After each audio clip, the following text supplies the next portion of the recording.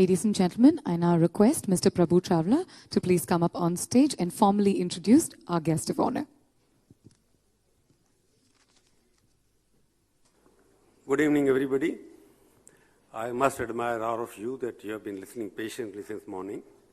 It was a very cerebral and academic discussion, and I must congratulate all of you for participating actively.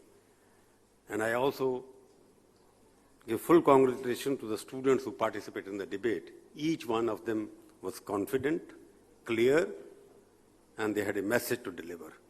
That is more important, that our younger generation is so bright that our future is going to be brighter than that.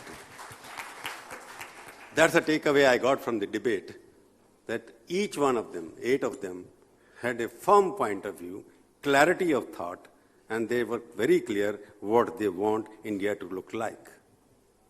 Now we have the turn of a person who has given guidance to the rest of India and also major part of the world. He represents what India stands for: spirituality, purity, and everything else which goes with it. He is known. I don't have to introduce him much. You are just here. But whatever little is known about him and whatever not known about him, I'm not aware of it, because everything is known about him. He is very transparent. His word is like I will say, magic. And it comes from the heart. Jaggi Vasudev, Sadhguru he is known as, is the founder of Isha Foundation, is a yogi, mystic, and a spiritual master with a difference. He is as comfortable speaking to farmers and school children as riding a motorcycle on the expressway or meeting with the world leaders. Look at the variety. That is what India needs, that kind of leaders. Named one of India's 50 most influential people, he has addressed prominent global forums on issues as diverse as socio-economic development, leadership, and spirituality. He has served as delegate to the United Nations Millennium Peace Summit and the World Peace Congress. He is the author of over 50 books and the subject of 4 books. Sadhguru's life and work serve as a reminder that the inner sciences are not exoteric philosophies from an outdated past, but a contemporary science vitally relevant to our times. It's a modern science, a spiritual science. It talks about ancient India. We need those kind of people. Hey, Sadhguru, he combined himself, the modern India, the spiritual India, ancient India, and the values we stand for. Let us give a big hand to him and welcome to and give a guidance, please. Sadhguru, please welcome.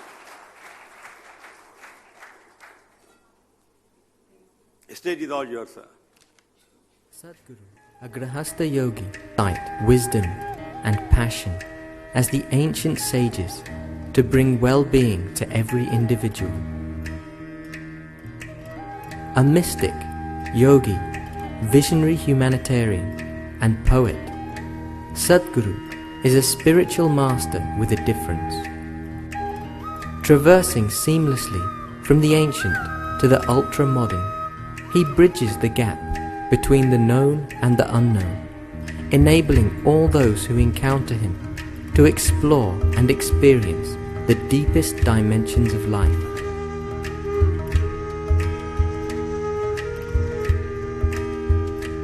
Making a clear break from mere customs and rituals, Sadhguru presents the inner dimension in a scientific manner as it is relevant to our times.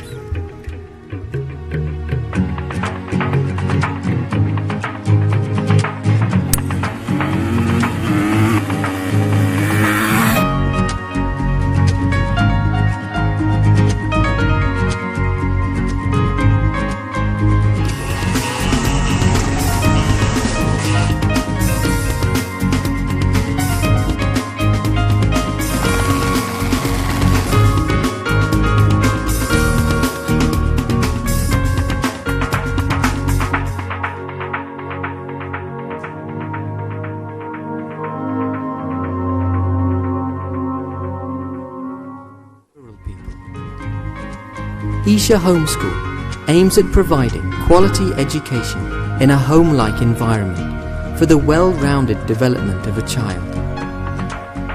With its prominent international faculty, the school kindles the innate urge within a child to learn and know, focusing on instilling living skills and life values rather than mere academic pursuits. It makes education a process of discovery and joy. Isha Samskriti is endeavouring to create the kind of people whose value is timeless. People who do everything right, so life works in its fullest possibility. Samskriti is preparing children not for the university, but for the universe, creating human beings who raise themselves to the highest level of consciousness and ability without in any way being in conflict with the rest of existence.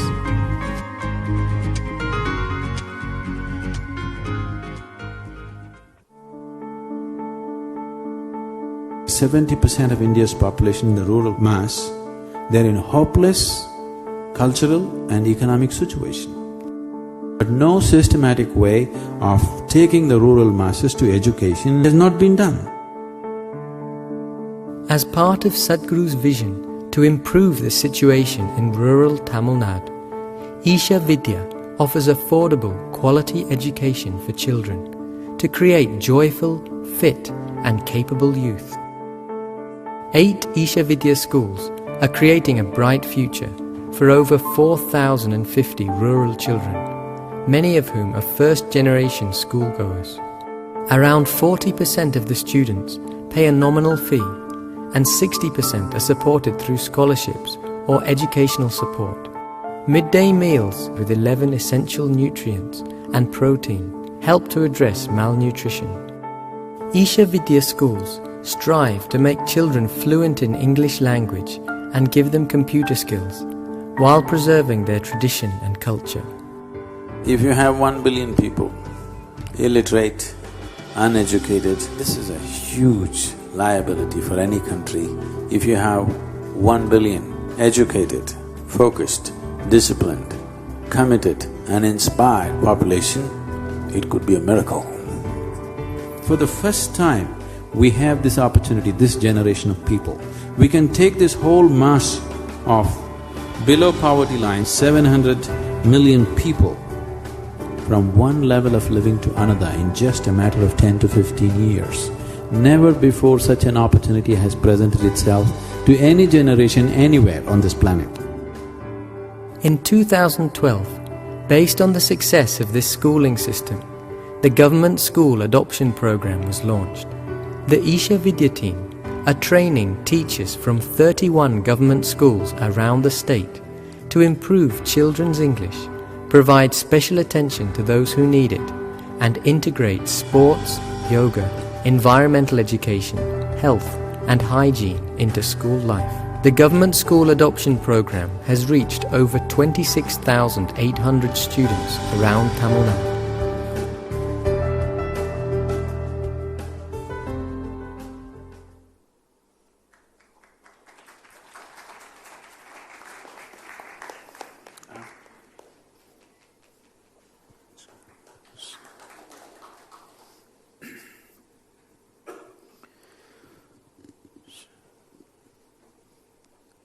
Jananam sukadham maranam karunam milanam maduram smaranam karunam kalavashadiha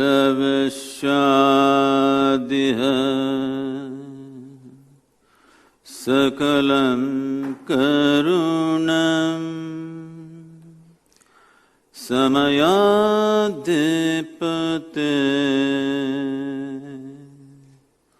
akilam karunam.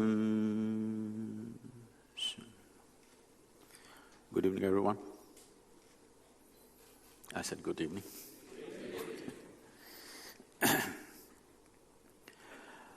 Education in its true sense is essentially a tool to expand human perception, if possible, consciousness. But today, the societies have chosen to use education only as a tool to produce cogs for the larger machine. Individual human beings are being molded to serve the so-called larger purpose of industrial conglomerates or communities or even nations. These goals that people are forced to serve, and they're molded just for that, they may not mean much to the individual person, but he's not given an option even to think about it. Because this is coming from a mindset. We do not believe that it is only by producing great people that you will create a great society, not the other way around. But right now we think by having a great system, we are going to produce great people. Yes, it is true, by having a great system, we can produce efficient people, we can have certain things going without disturbance, but we don't produce great people, humanity doesn't truly move ahead with this. So education, which is essentially a human thing, no other creature on this planet needs education as we do. This is because every other creature on this planet, nature has drawn two lines for it. Within or between these two lines, they have to make their life. But for the human being, nature has drawn only one line, the bottom line. There is no top line.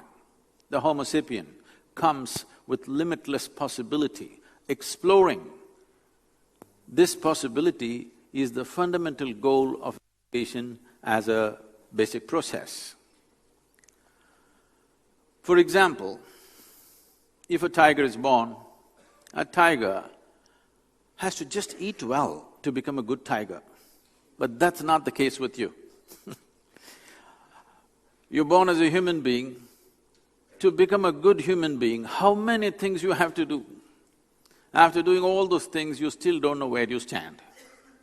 When you are just about thinking you're doing great, your teenage son or daughter will come up and say, you're no good.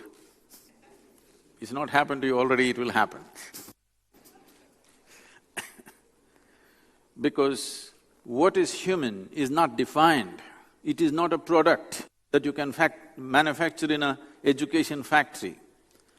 Education can at the most, in its purest form, has to be just a nourishment for the human being to reach his ultimate potential. Not about molding him for this or that. Yes, for immediate purposes, we have to cater to the social needs of that society in which we exist, but never the fundamental goal of education should be compromised for the immediate compulsions that a particular society has. Faith. Faith as we know it today has divided humanity, and it's very hard to fix it.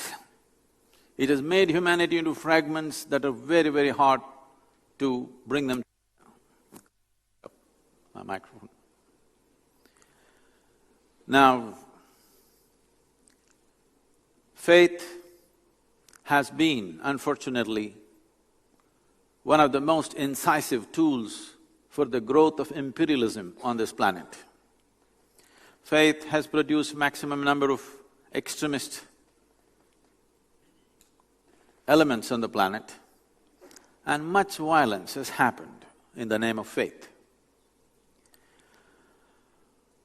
Or whatever we are seeing as faith today. So what is this all about? Is faith some kind of a rubbish that we don't need? No, when human society is so steeped in it, keeping it aside Saying, this is some rubbish, put it on the carpet and go ahead with your education is not going to work. It needs to be looked at, it needs to be addressed. The nature of human intellect is such, it naturally wonders. It has a certain sense of quest and seeking, which faith is trying to silence. If you silence this, you will silence all human potential, and you will have obedient people, of course. What we need is not obedience, what we need is brilliance. If we have to make every human being fire with his genius, a certain atmosphere is needed, which we have still not able to create in the nation at large. Here and there are a few crucibles doing these things, but nation at large, unfortunately, does not have that possibility. The world at large does not have this possibility because people are always trying to mold a child. I always ask people, tell people, when a child is born in your house, do not assume it's time to teach, it's time to learn. Oh, what is there to learn from a child? The simple thing is just this, between you and your child, who is more joyful? Definitely your child. So who should be the consultant for life? Definitely your child. It is just that with limited goals that you take up, they have become larger than life. One book against the other. We don't just burn each other's books, we burn people. This has been happening for too long. If this has to go, faith has to mature in the sense. Faith is essentially not about being senseless. It is a recognition that there is an intelligence beyond our own limited sense in the universe. Recognizing that there is a larger intelligence and finding ways and means to access that is what faith is about. But right now, it has ended up as rigid dogmas. It is time that we encourage, our education system should encourage what it means to long in seeking to know. If you destroy this longing within a human being, it is a natural force. It will only die if you give them ready-made answers.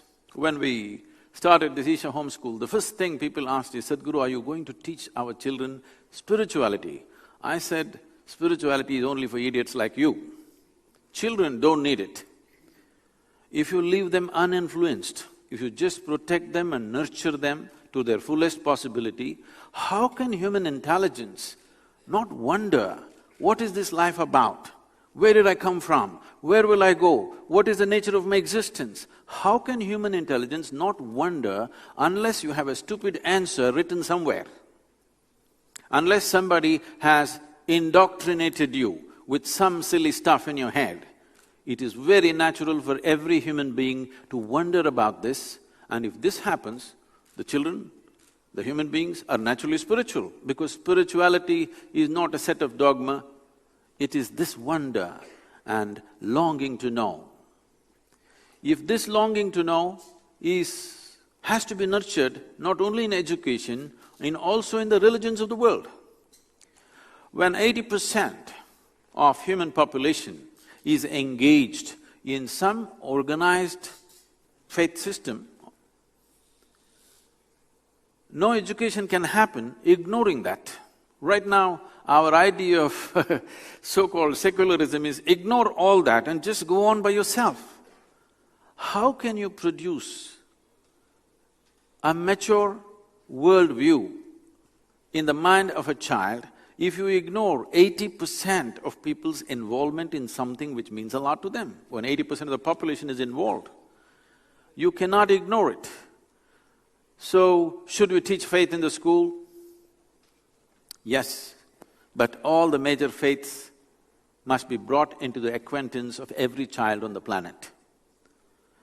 Let them, out of their own intelligence, see what they're saying And let faith not be an imposition by a family or a community, let every individual choose what they want to do. In the same family, if multiple faith forms or forms of worship exist, the point of conflict or the area of conflict definitely will diminish. And this is what is needed, because what should have been an ultimate unifying force has become a very divisive process. So, should education nurture this or not? I would say you must nurture this, but not indoctrination. Every child should be exposed to what is it that these so-called great books that so many people worship more than their own life, they value it more than their life. What is it? At least in the simplest form, every religion or every faith, what they're saying, every child on the planet should be acquainted with. And when time comes, if he must belong to some group or some form, it is for him to choose. It need not be imposed by the parents or by the immediate society around them. If this choice is brought, if this education is brought into the normal education system itself, definitely we would use education as a tool for human growth rather than turning out parts for a larger machine. Because a human being may have to serve some needs of the society and the nation and things. But societies and nations were made for individual human beings' well-being. Human beings were not born for the well-being of the nation. When a crisis comes, yes, we feel like that. But if everything is well, which should be, nations were created so that people can live well. Communities were created so that people can live well. It is always the individual human being who is the main focus, and education, which has such an important role in the making of a human being, must focus on this.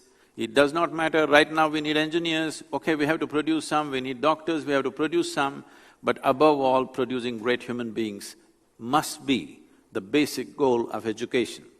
In Isha, we took this up about 10 years ago, and I made this education in 3 different ways. They showed it in a different form, but we went for Isha Vidya schools, which are rural schools.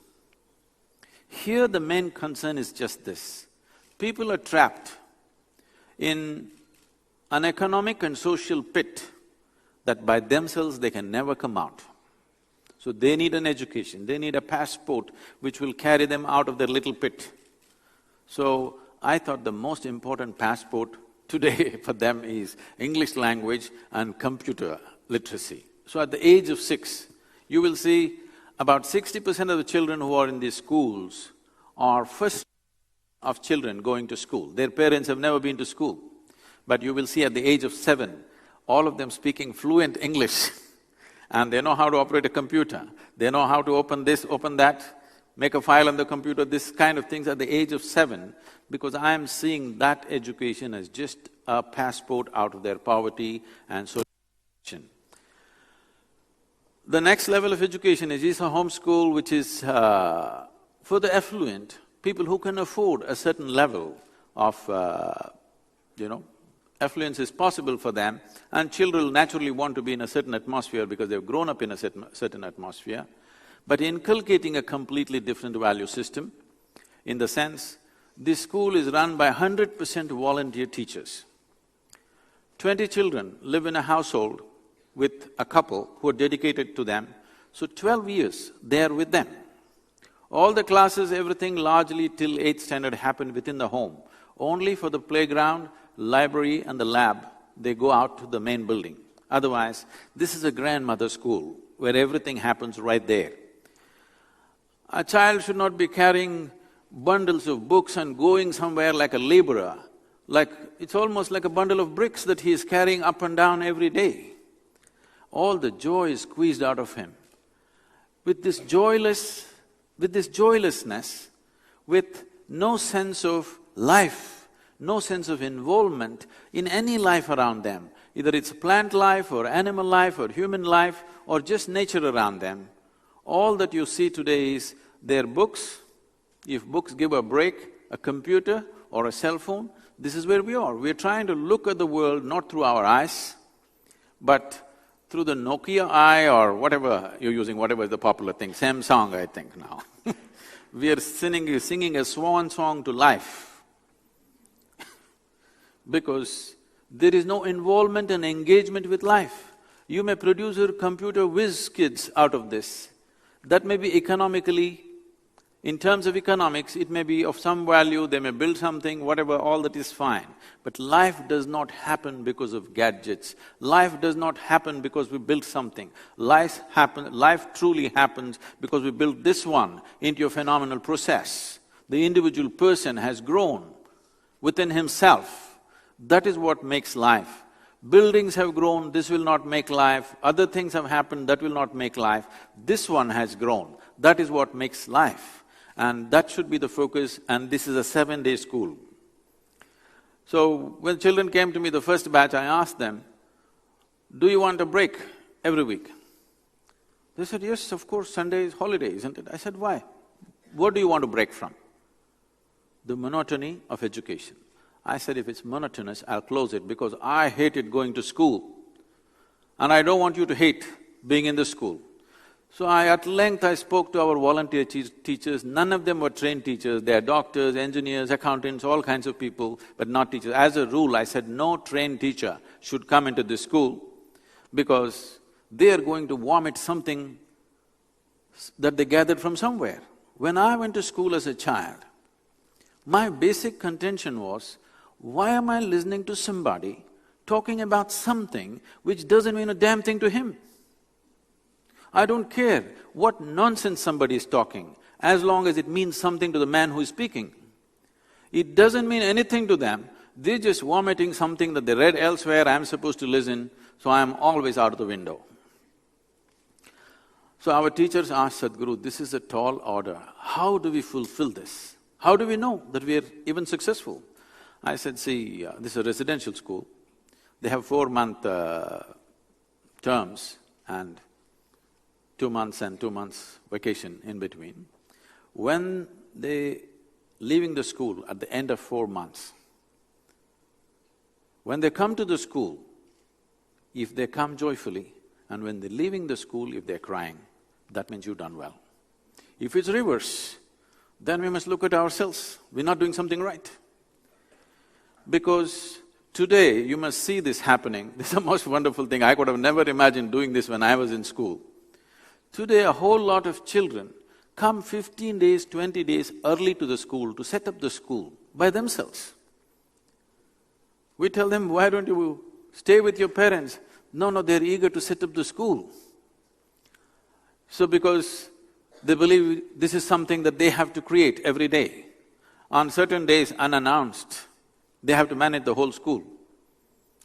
Today, the students are going to manage the whole school, the office, the finance and everything. Somebody is watching from a distance, but it is all in their hands. Just that sense of responsibility and ownership of the school, the way they enjoy the school, every time I step into the school, I always wonder, why the hell nobody provided me a school like this? Because this is what is needed, an engagement, an inspiration.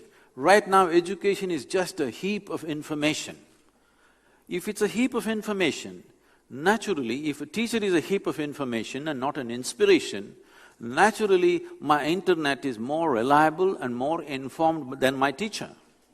Unless the teacher has something to deliver other than information, unless the teacher is able to make your hair stand on the end, if he doesn't do that, he or she doesn't do that, then my internet is definitely more reliable. A book is more reliable than a teacher, for sure.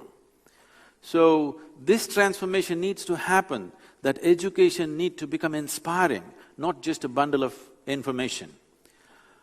Samskriti is a completely different affair. They come at the age of 6 and leave at 18. The parents have to commit that they have to go through this. And there is no formal education here. They learn only 6 subjects. They learn English language, which is the passport to the world. They learn Sanskrit language for a different reason.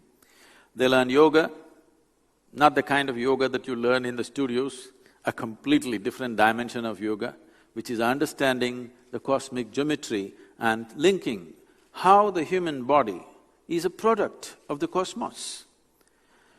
The whole yogic science in a very elaborate way, in an experiential way. They learn classical music, classical dance, and Kalaripayattu, which is the martial art. After 4 years of study, they will drop 2 subjects and continue with 4. After another 2 or 3 years, depending on the development of the child, they will drop 2 more and they become experts in any 2. This also includes traditional medicine like Ayurveda, Siddha. At the age of 16, they know more about the human body and what they could do with it than you would say somebody who's gone through 4 years of medical college, because they are steeped in it from the age of 6, they're learning it in an experiential way. These children are not made for the university.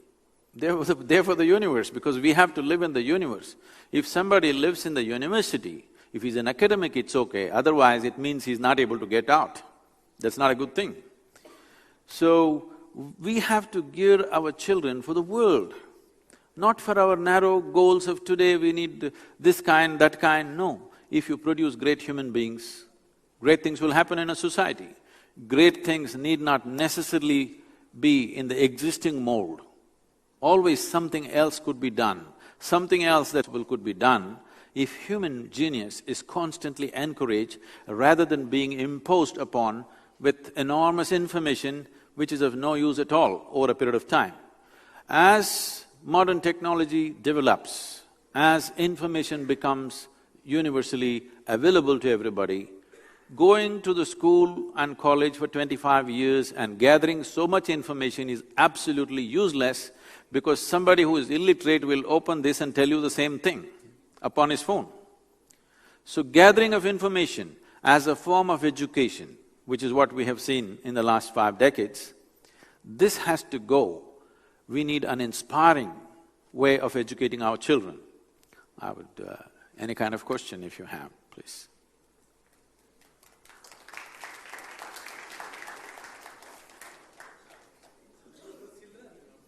Please take the microphone, please.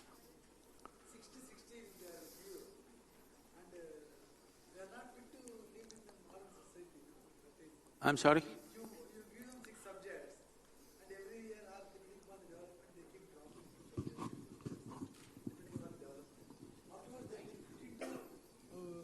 Isha system only, so they cannot fit into the universities or modern day living or living that is wanted by the society.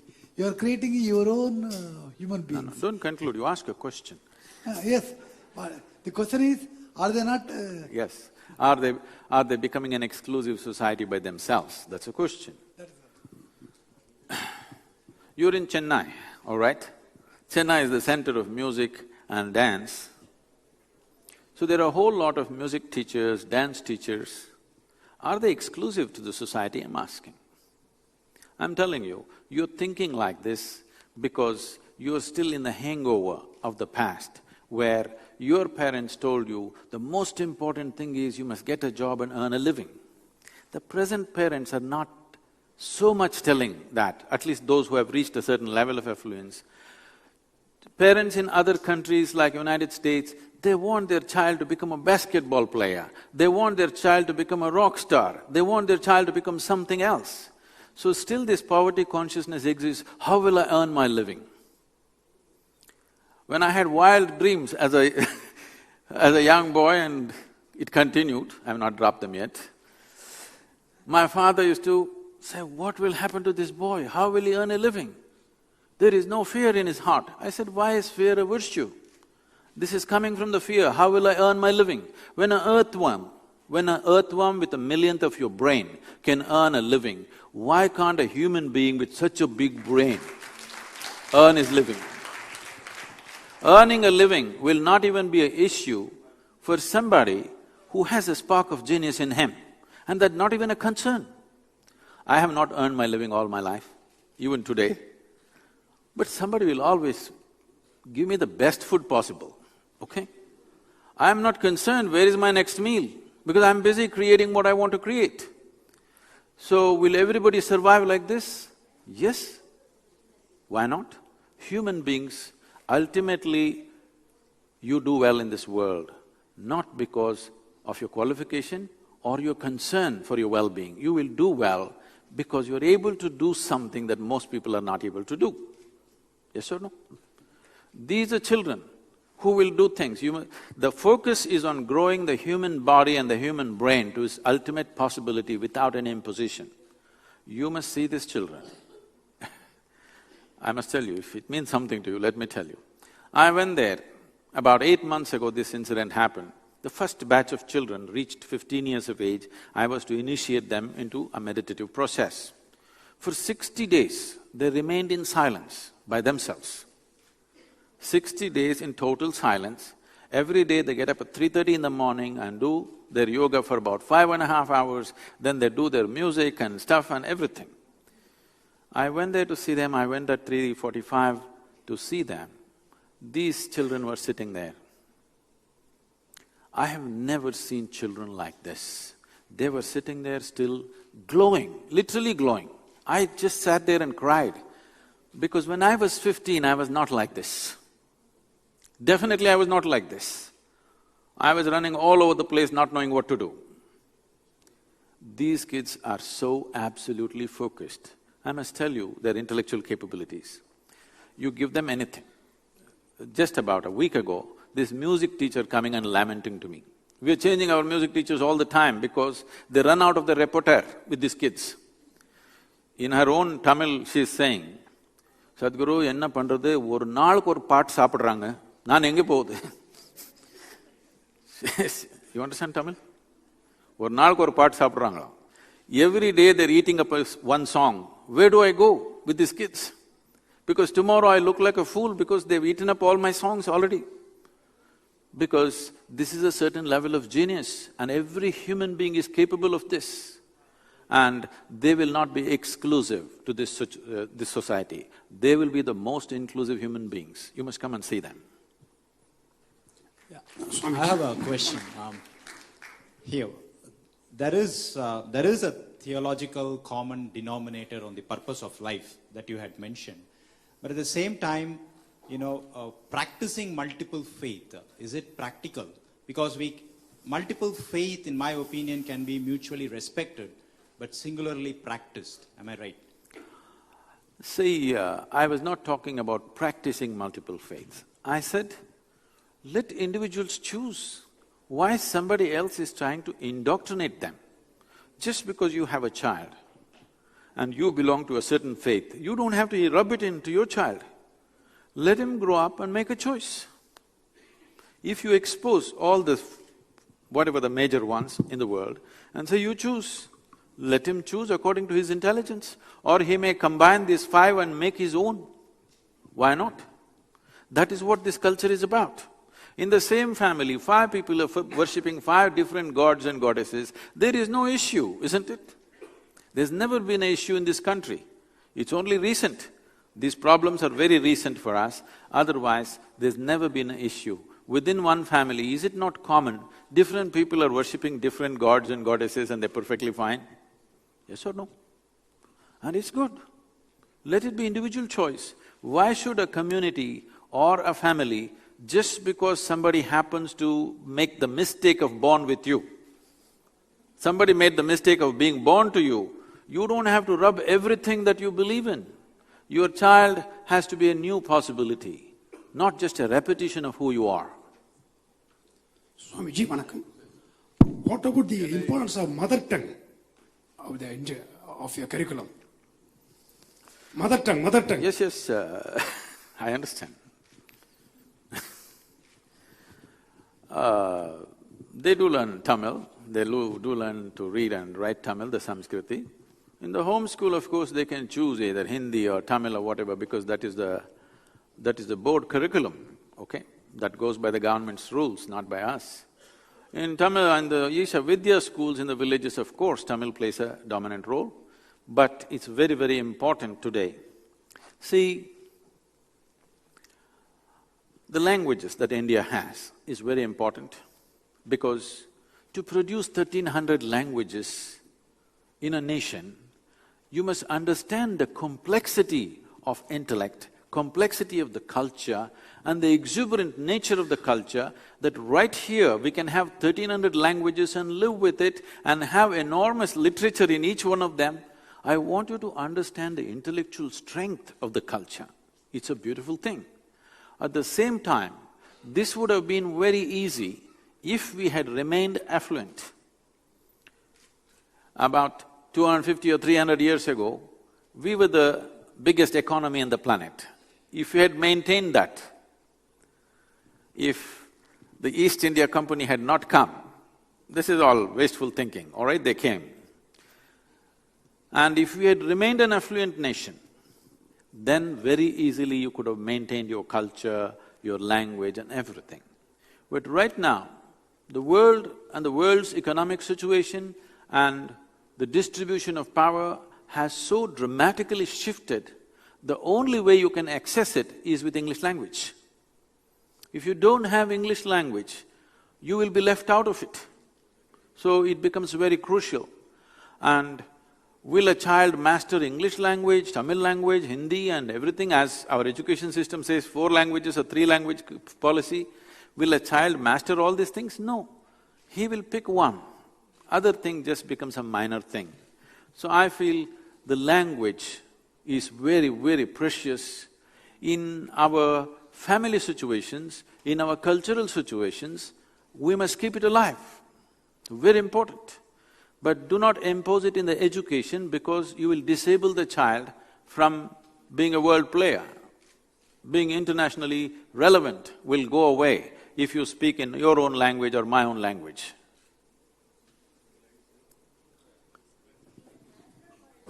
I have something to put by way of information.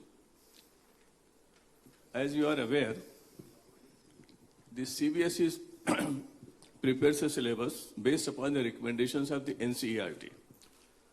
About religions and faiths, a recommendation was made in the year 2000 that basics of all religions must be taught to every child. They should know the commonalities and learn two differences. And teachers had to be prepared very specifically.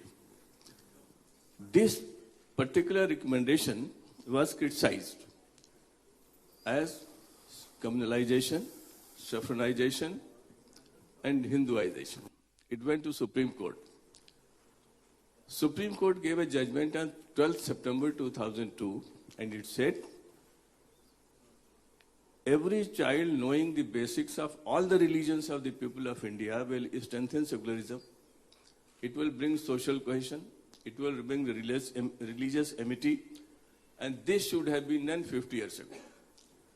They also said that the teaching of values, truth, peace, non-violence, dharma and bhaichara, love, was essential.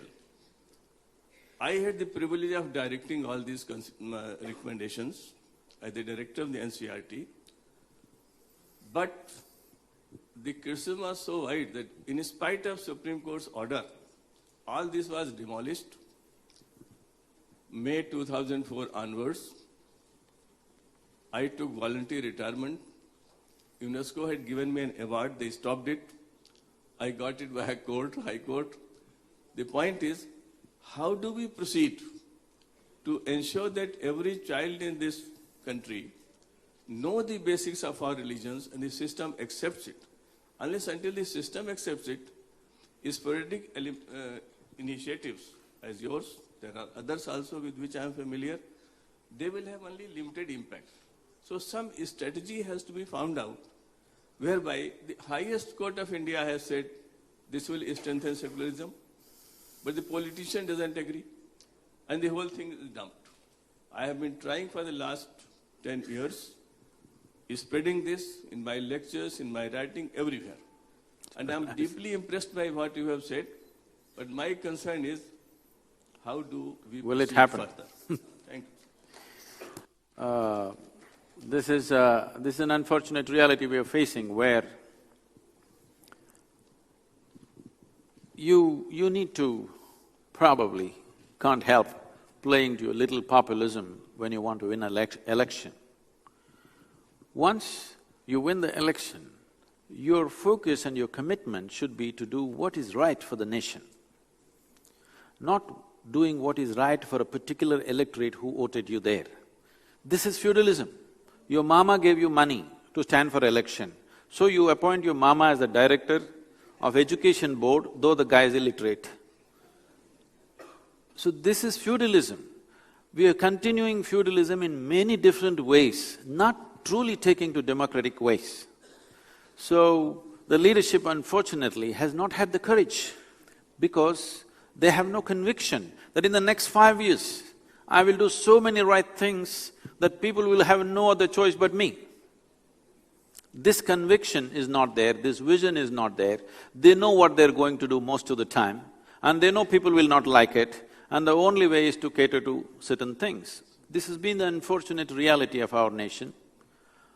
It is, so many of you here and the young people, it is the need of the hour that we insist that leaders should do what is right, not catering to this or that, not what is right for the larger good of the nation has to be done. What can we do about it as citizens of this nation? I think, as you said, you've been speaking everywhere. Similarly, now there's a media house behind this. We need to campaign, because democracy is always about campaign. It is not something that I said it, so it didn't happen. We have to campaign endlessly. We have to campaign till it becomes popular. So, you have gone through the entire 9 yards, establishing an experiential learning framework for 10 years for the kids, right? And it works. And how hard would it be to take the essence of the current education system and bring in some science, maths aspects of it and integrate it into your experiential learning? It is already there. It is already there in the form of workshops. They don't study science as other children would study, but now they are trying to understand how an internal combustion engine works. They learn science like this. Today it is raining, so they go out into the forest getting soaked in the rain, the chemistry of the rain, the biology of the rain, the economics of the rain. We are in a place where it rains 5 months in a year, so we always use the rain as a way to teach physics, biology, this, that, everything. That they know enough about it, but they are not going to do MSc in physics for sure. But if they want to, they can go to open school and always do it, because they're going to come out of this at the age of 16. They can go to open school, and a few students have chosen that, and we are supporting them, that we're giving on the side tuition to take the open school exam for 12th standard. So if they do that, they may go to the university too if they wish, because some parents are insistent they must have a formal education, so we provide that. But the important thing is, a child's body and its brain should develop to the fullest before he is 16 years of age. If this doesn't happen, you have an underdeveloped human being and you're trying to make him run a race.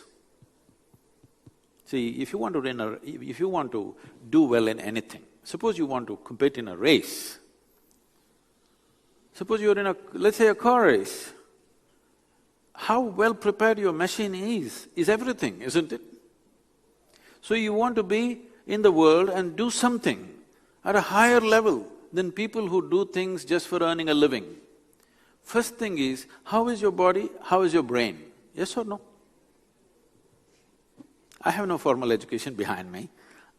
I look uneducated, all right for you, because I don't wear English clothes. But it's fine, doors open for me anywhere in the world. It doesn't matter which university, whatever, it's by choice that I don't go. But otherwise every university is open. Why? Why they want to listen to an uneducated man? Because every human being is capable of a certain dimension of genius. Our education systems have become factories, not nurturing gardens. But because that will not happen in a careless manner. If you want to create a nurturing garden, you need gardeners who love and who care. Without that, You can't just say, okay, this year 50,000 students went through our school. With this you can't do that. But right now, there is an economic need. There is a certain level of poverty which we have to cater to. Somehow, you have to get people employed, make them earn their living. Because we are still in that condition, this looks fanciful. But you will see, we want India to be in a place, as even our young people were wishing, in another 10-15 years, if India is in a place where a whole mass of people will move out of their poverty, that poverty will not be a badge that they carry, as they're doing right now.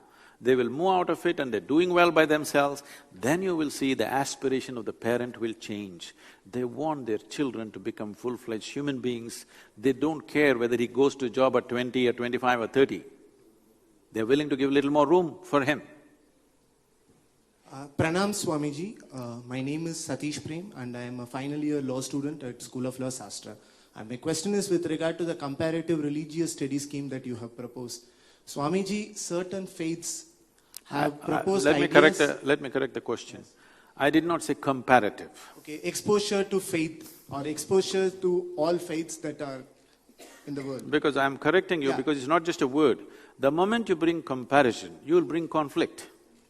Precisely, Swamiji. And the question is, some faiths have in their core ideologies tenets which subscribe to policies of intolerance, xenophobia and apostasy.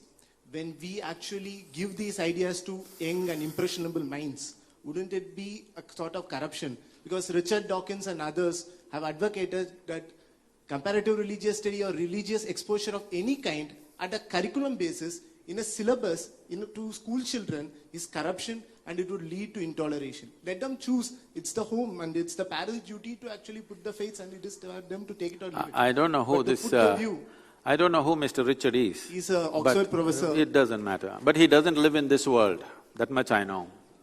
Because if he lived in this world, if he walked on the street, you understand religion is a part of every nation. Religion is a part of huge populations on the planet. Whatever said and done, carry it in their hearts. You can't ignore that completely and do your education and think these people you will produce very mature human beings. You will not. And anyway they're getting indoctrinated elsewhere. But if they knew what all is being taught in different places, they will make their choice. Some may make wrong choices or right choices. It's left to them. At least let it be left to individual intelligence rather than being indoctrinated by somebody who is already converted into something, already committed his life for all the wrong reasons. He's not committed himself to something out of his intelligence. He belongs to this because he was born in this, isn't it? Let there be a choice. The fundamentals of modern societies, the fundamentals of a democratic society is just this, that your life and the way you live should not be determined by who your father was. It is determined by who you are. In this direction, who you are should be determined by you, not by somebody else. Swamiji, my question is about the role of institution building in India. You said, and Mr. Gurumurthy also mentioned, that we were amongst the richest nations about 300 years ago. But today, millions are in poverty today. So the role of institution building, which can move or uplift people out of poverty, that should be one of the important focus areas. Don't you think, sir? Definitely we are… The problem with India is there's too much genius and not enough organization. We are very bad organizers. What I see is, I'll just give this as an example. We're building a large yoga center in United States, in Tennessee. Tennessee means it'll raise eyebrows for people who know what Tennessee is, because it's a hardcore religious area where nothing else can exist. Just about 8 years ago, a Buddhist center was burned down. This is how it is. Very hardcore, but we do well there. People ask me, Sadhguru, how do you survive in this place? I'm the darkest skin in that town even today. Anybody darker than me cannot live there. Do you understand? This is a place where till late 60s, lynching happened just on the basis of your race. So this is really rural Tennessee.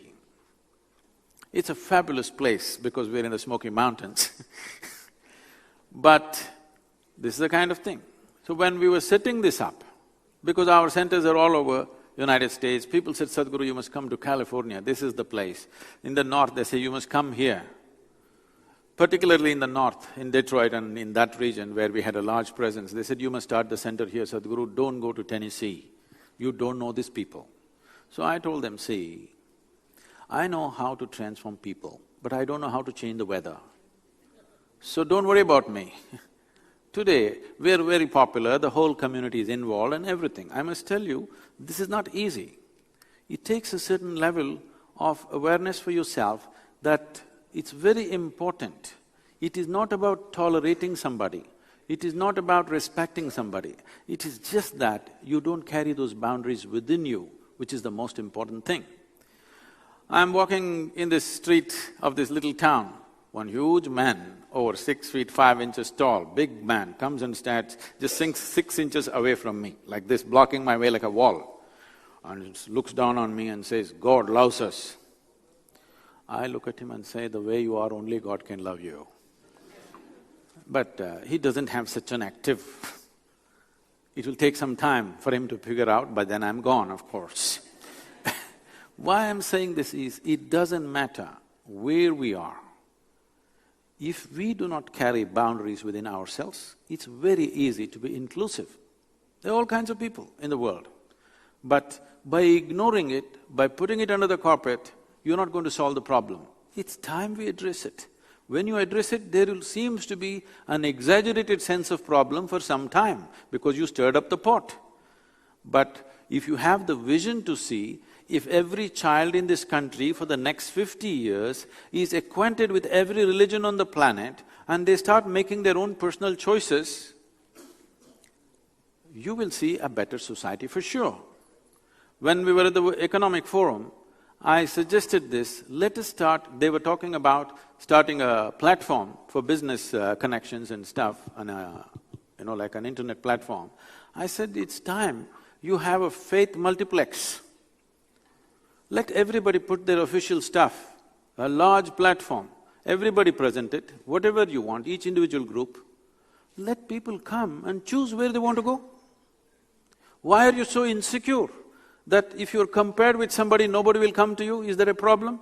If nobody wants to come to you, you must change yourself, isn't it? It is time when everything is open that this religion alone does not sit somewhere. First of all, religions of the world are not about one man's belief versus another man's belief. This is an opportunity and a possibility for humans of every hue and color, of all stages of evolution, understanding, every stage of evolution, understanding and experience, to reach out towards their common ultimate source. Like many colors of the rainbow are an outcome of one pure source of light. The many religions of the world are just a common expression of… or a multiple expression of one divine source. It is what has happened today, don't go by that. If you go to the source, something happened to people, that's why it grew so big, isn't it? Once it grows big, it goes crazy, that's different. Swamiji, as you know that in Shiva Stotram they says that Jnana means bandhanam. In today's society, if you see the Gen Next, I teach for last almost 9 years, and if you see the generation is only going for Jnanam, knowledge. In Wikipedia, they will go for first 2 lines and that's all. So how do you think that in a learning process, which is not in a Gurukulam system, how you can bring in the experiential learning as a process of learning rather than going to a knowledge gaining system as such? See, when you say knowledge, when I don't know what Shiva Sutram said because I haven't read any scripture in my life. The only book that I read, I close my eyes and look at this one, because whatever is true for this life is true for every life, that much I know. So, jnanam being a bondage is essentially because what you gather as knowledge, you will get identified with it. Once you get identified with something, your mind works in a whirlpool of… your mind becomes a whirlpool. This very universe, this very cosmos is a living mind. There is an intelligence beyond your understanding. Right now, what did you have for lunch? What did you have for lunch?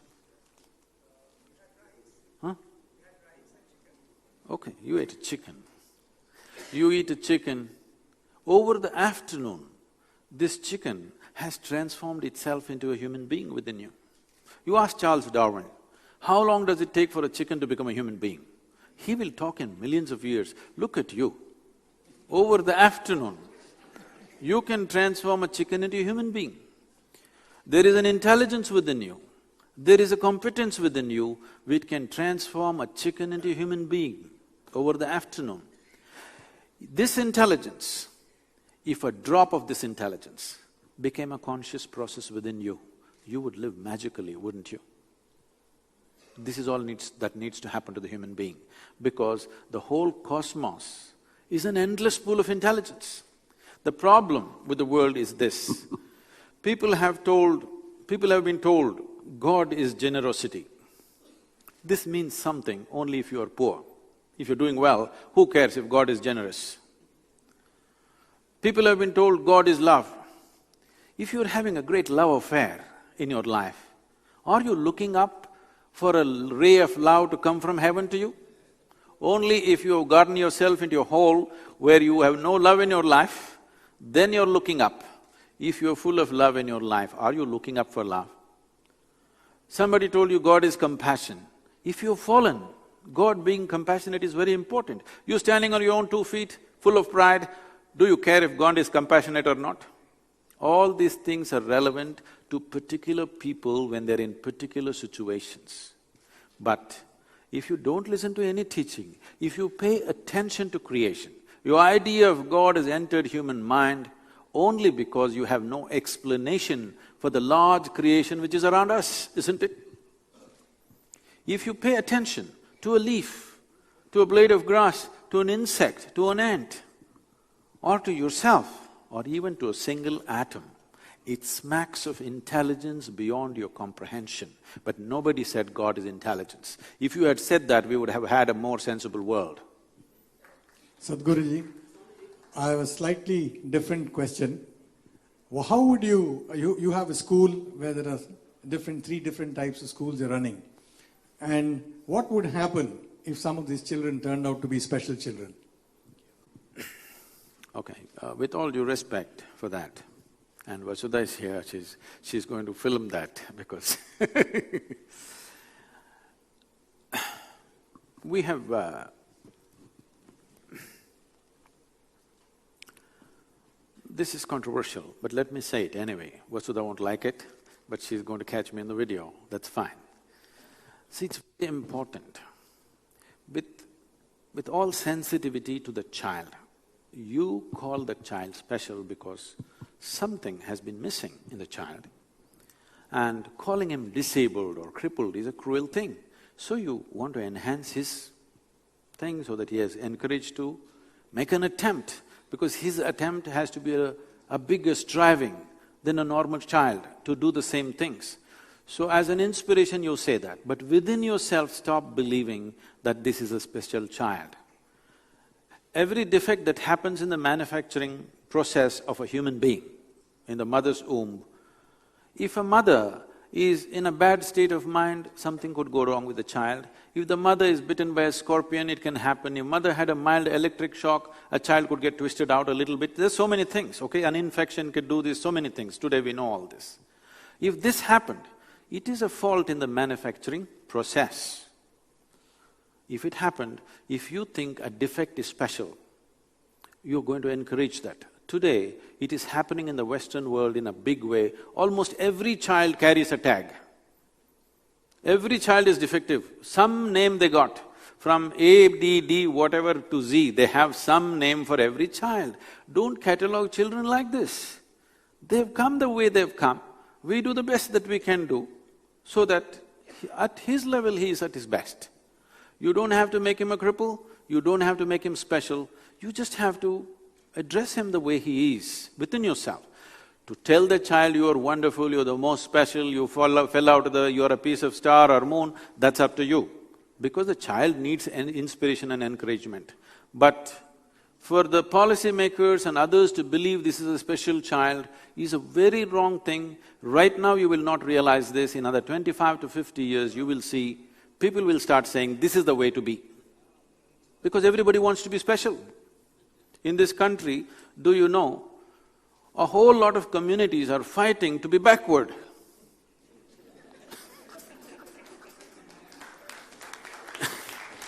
Similar things will happen.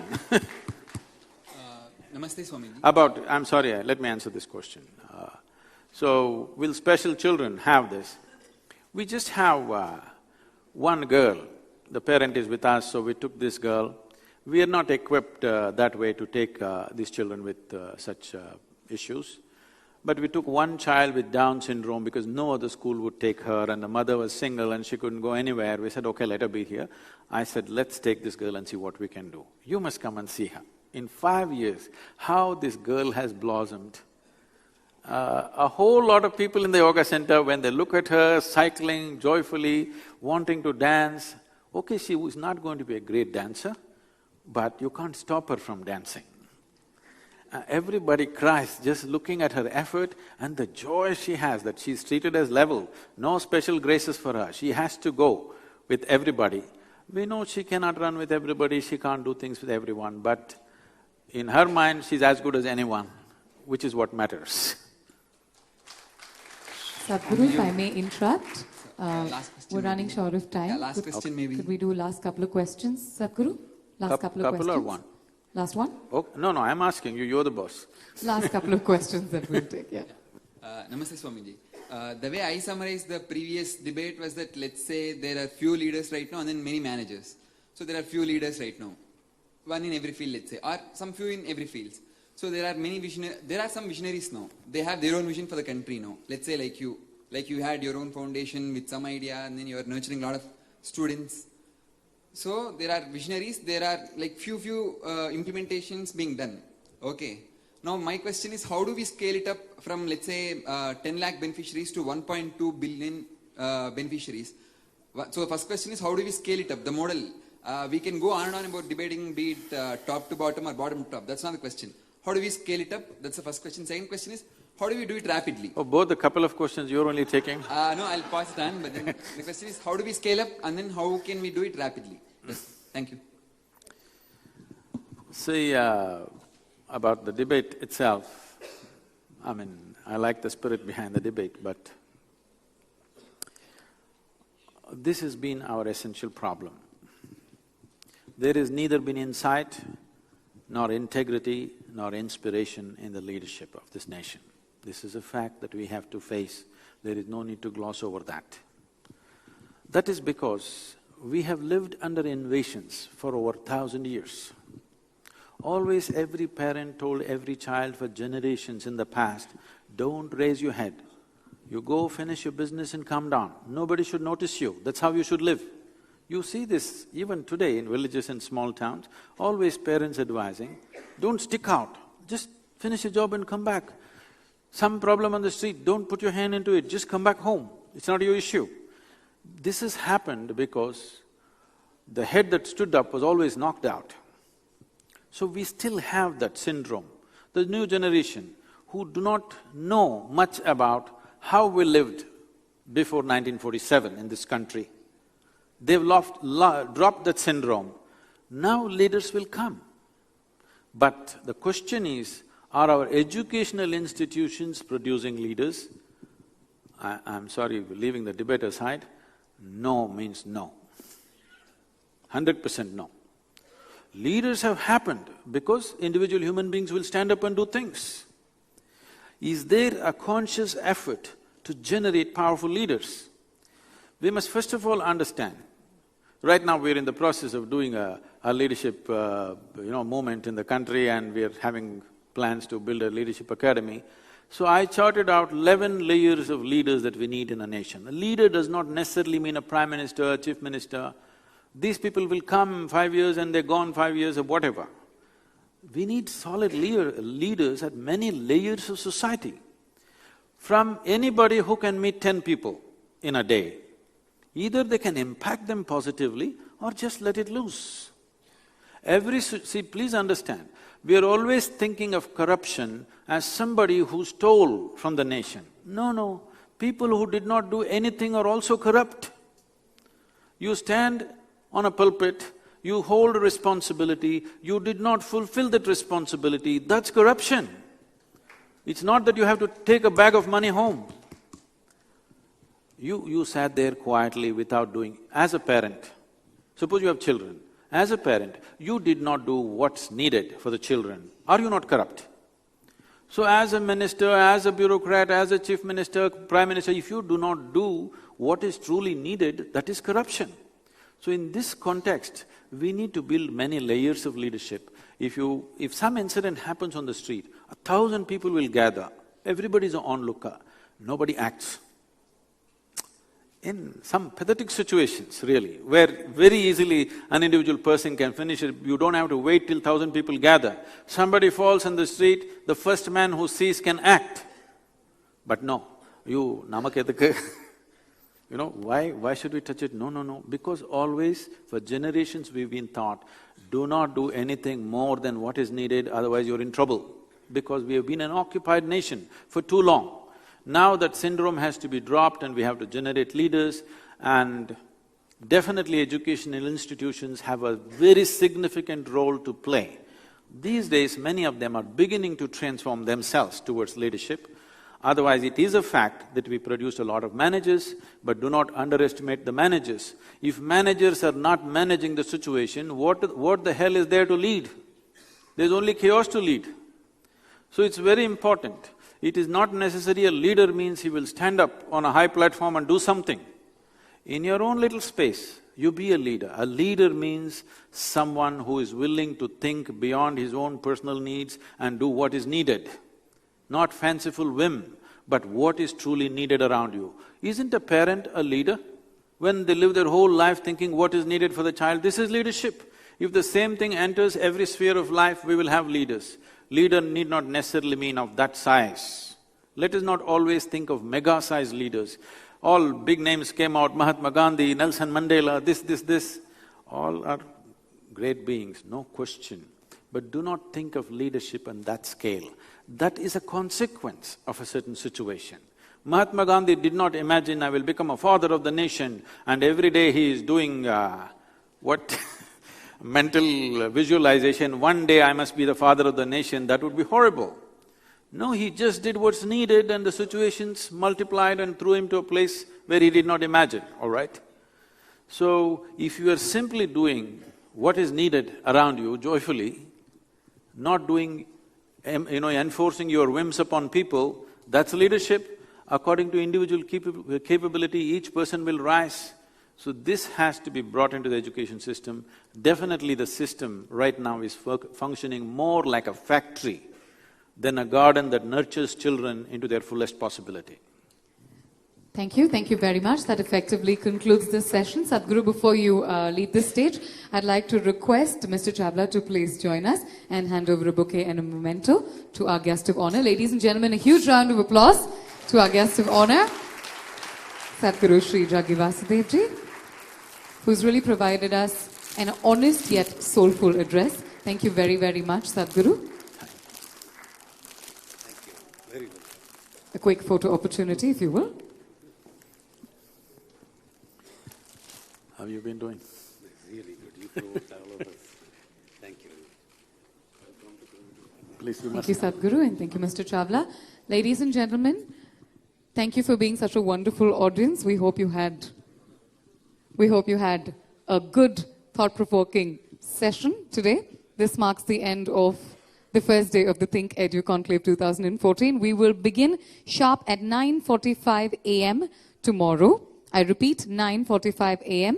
we will commence day 2 of the ThinkEDU conclave, and we will begin with the topic, Education Frees Women and Threatens Class and Caste. We have Ms. Smriti Irani, Vice President, BJP, Mr. Rajiv Gowda, Professor, IIM Bangalore and Congress spokesperson, Mr. T.K. Rangarajan, Member of Parliament, CPIM, and Ms. Kavita Kalvakuntla, Founder, Telangana Jagriti, and of course our chairperson, Mr. Shankar Iyer, author, analyst. It's going to be very interesting. You're definitely going to want to be here. So we expect to see you here at 9:45 a.m. sharp tomorrow morning. Have a good night's sleep, ladies and gentlemen, and thank you once again for joining us. Have a good night.